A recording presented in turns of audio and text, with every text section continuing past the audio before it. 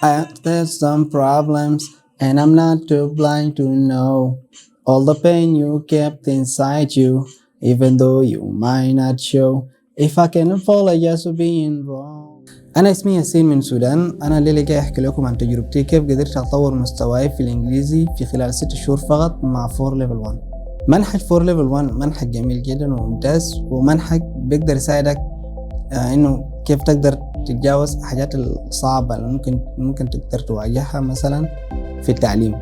فمنحج 4 level 1 أنا معي قدر يساعدني جدا إنه أقدر أحسن مستواي جدا وأقدر أعدي أي مشاكل أو أي صعوبات كانت بتواجهني في اللغة الإنجليزية. المدرسين في 4 level 1 مدرسين ممتازين جدا ومدرسين مميزين، بيقدر يبسطوا لك المنهج بحيث إنك تقدر تفهمه مهما كان مستواك، وبتقدر معهم بالتدريب واستمرار إنك تقدر تتجاوز أي مسألة كان صعب عندك في اللغة الإنجليزية، وبشكل كده إنك تقدر تفهمه مهما كان مستواك أو طريقتك في الفهم اللغة الإنجليزية.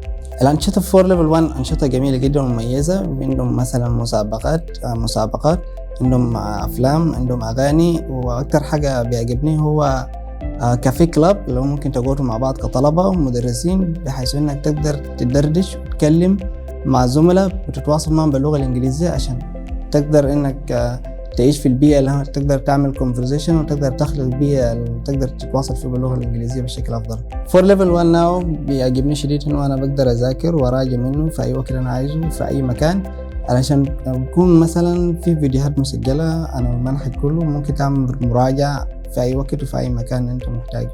أصعب حاجة واجهني وأنا بتعلم الإنجليزي إنه كيف أقدر أتكلم قدام الناس بكل ثقة باللغة الإنجليزية، فده كان أصعب حاجة. مهما أنت تعلمت عشان تطبق الكلام اللي أنت درسته تتكلم قدام الناس باللغة الإنجليزية بكل ثقة، ده بشكل إشكالية بسيط، بس لكن مع التدريب المستمر والتمرين المستمر في وجود المعلمين وفي وجود الطلبة والأنشطة الموجودة، ده بيساعدك إنك تتكلم قدام الناس بكل سهولة. والحمد لله أنا قدرت أتجاوز المسألة ده مع 4 level 1. أنا بقيم 4 level 1 بديه 10/10، لأنه أنا عن طريق 4 level 1 قدرت أوصل لمرحلة استغلال اللغوي في وقت قصير جدا، ويعني ما شال مني وقت كتير. فيعني عن طريق دراستهم ومنهجهم قدروا يوصلون للمستوى اللي أنا فيه في أقل وقت، عشان كده أنا بديه 10/10.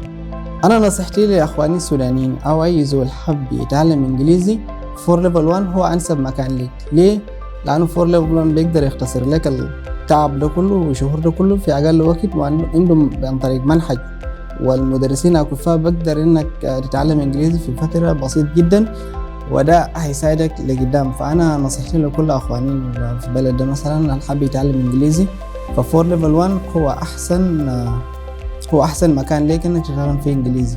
يعني أصعب كلمة قابلني في اللغة الإنجليزية هو circumstances. يعني أنا من بداية كيف أقدر أنطق كلمة circumstances كنت بنطق مثلا circumstance ولا كنت بلخبط فيه كتير شديد.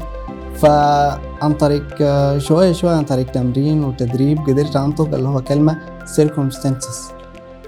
جملة فيها circumstances. The client is a victim of circumstances and should not be blamed for the accident.